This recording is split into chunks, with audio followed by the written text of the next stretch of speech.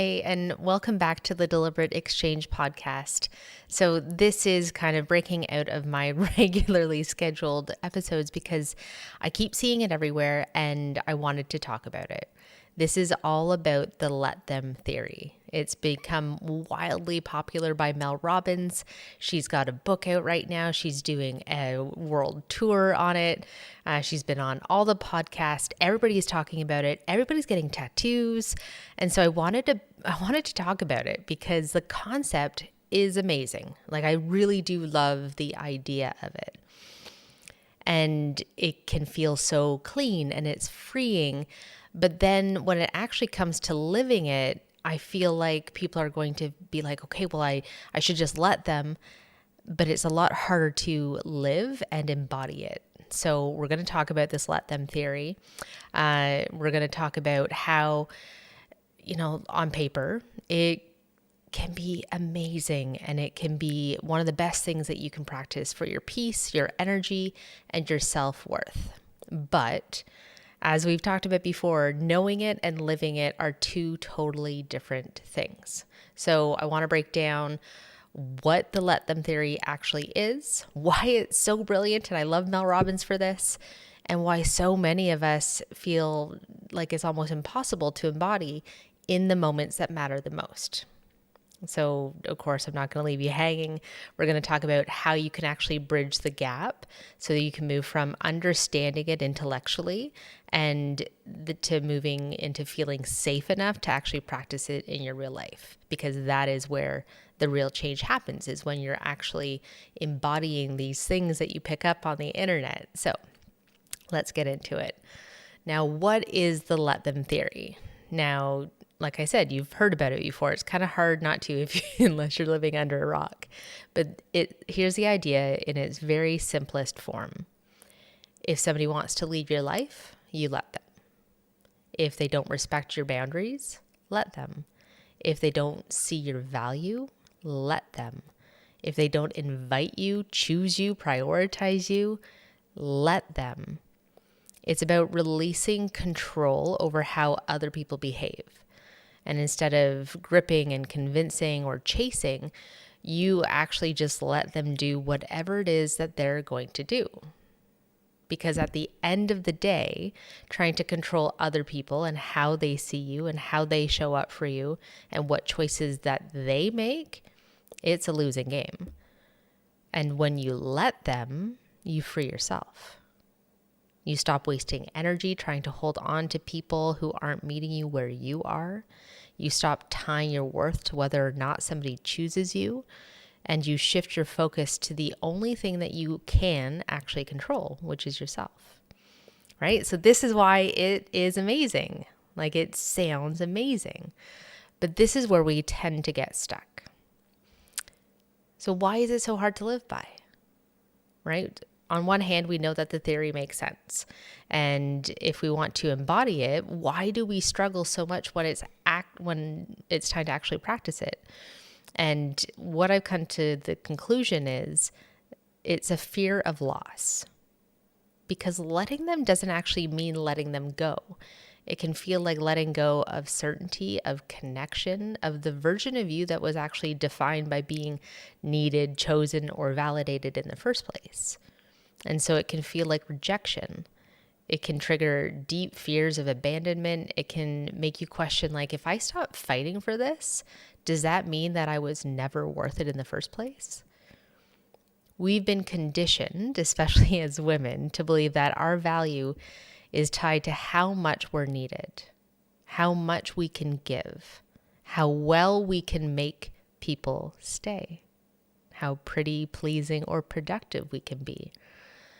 And so when we practice let them, we are actively rewiring years, sometimes decades of conditioning that says, if you just try harder, they'll see your worth.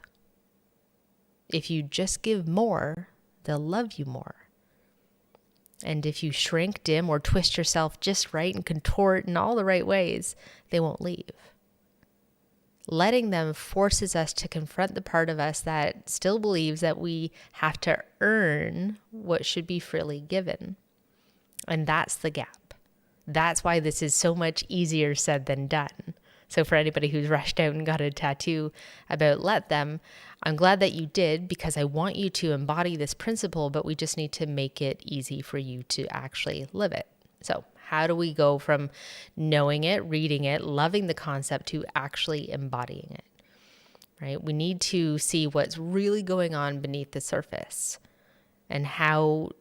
so we can learn to start closing the gap.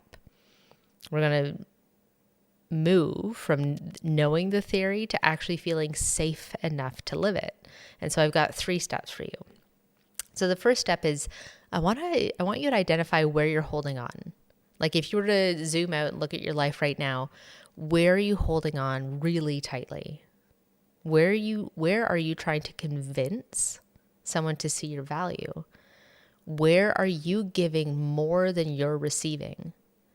Because the truth is, if you have to convince somebody to value you, the battle is already lost. And I want you to write this down.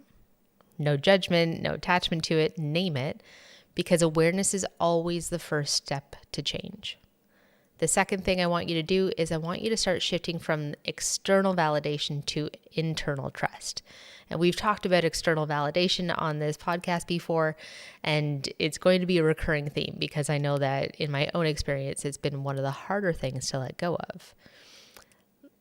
Letting them means you have to trust yourself to be okay without them. And that starts with self-validation. And even as I say that, like being okay without them kind of brings me back to when I was first contemplating getting divorced. I didn't really know or fully trust who I was. And so the idea of myself on an island on my own was very scary. Like, who was I without them? And so we start with self-validation. And that's where I started. I had to start asking myself, what am I afraid of? And what am I afraid will happen if I let them go? And what story am I telling myself about what their absence means about me? And is that story actually true? Because we know that our minds can make really amazing things, like in this subjective reality that we have. So I really want you to root yourself into the objectiveness of it. When you stop making their choices mean something about your worth, trust me, the entire game changes. The third thing is I want you to choose discomfort over self-abandonment. This is the big one, because when you start practicing the let them theory, it's going to feel really uncomfortable at first. Like it just will. You are going to want to text, to reach out, to prove your worth, to smooth things over. And that's the moment where you have a choice. Do I sit in the discomfort and let it pass? Or do I abandon myself just to feel temporarily better? This is a muscle, just like anything else. The more you choose discomfort over self-abandonment, the stronger you get and the easier it will become.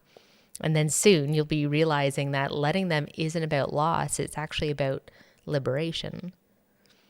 And so here's what I want you to take away from today. Let them is not about passivity. This is about total power. It's not about apathy, it's more about alignment. And it's not about letting go of people because you don't care. It's actually about letting go of the people and the patterns and the places that no longer serve the version of you that is fully rooted in self-worth. And when you do that, you don't lose, ever. You always win. Because the people who are meant for you, they won't need convincing. They'll just be there. So that's it. That's what I want to say about the let them theory. If this resonated with you, please let me know. Please like, share, subscribe, hit the notification bell so you can get notified of the next episode when it drops. And I'd love to hear what you have to say about this. Do you love the let them theory? Are you having a hard time implementing that in your life? Let me know. Send me an email, reach out to me on Instagram or Facebook. I'd love to hear from you. And in the meantime, breathe it in, be deliberate, and please be good to yourself.